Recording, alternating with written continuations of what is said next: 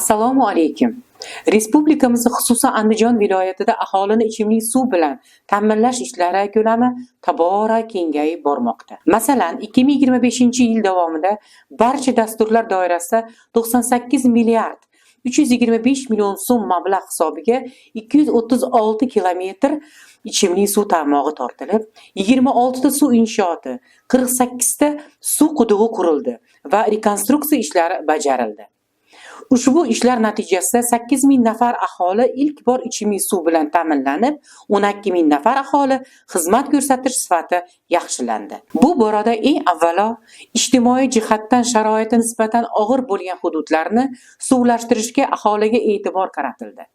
Natijada chekka hududlardagi mahallalarning har bir xonadonga suv jo'mraklari o'rnatilib, ob-hayot kirib bordi.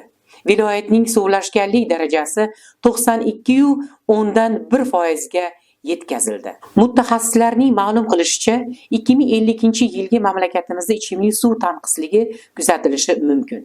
Shu bois Andijon suv ta'minoti aksiyadorlik jamiyati tomonidan ichimlik suvidan unumli foydalanish orqali uni isrof qilmaslik chora-tadbirlari ko'rilmoqda. Bu maqsadga yo'naltirilgan istiqbolli loyihalardan biri suv hisoblash uskunalarini o'rnatishdir.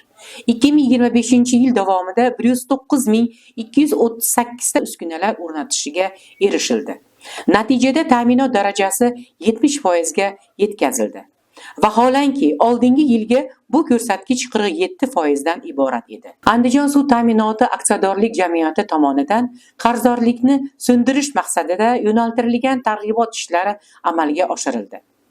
Bundan tegishli xulosa chiqargan aksariyat yurtdoshlarimiz to'lovni amalga oshirib, qarzdorlikni so'ndirdilar. Natijada bu boradagi ko'rsatkich 2024-yilga nisbatan 35 milliard so'mga ortgan. Bir so'z bilan aytganda, Andijon suv ta'minoti aksiyadorlik jamiyati tomonidan iste'molchilarga sifatli xizmat ko'rsatish uchun barcha imkoniyatlar ishga solinmoqda. Bu esa manzillarda infratuzilmani shakllantirish orqali aholi turmush sharoitini yaxshilash imkonini beryapti.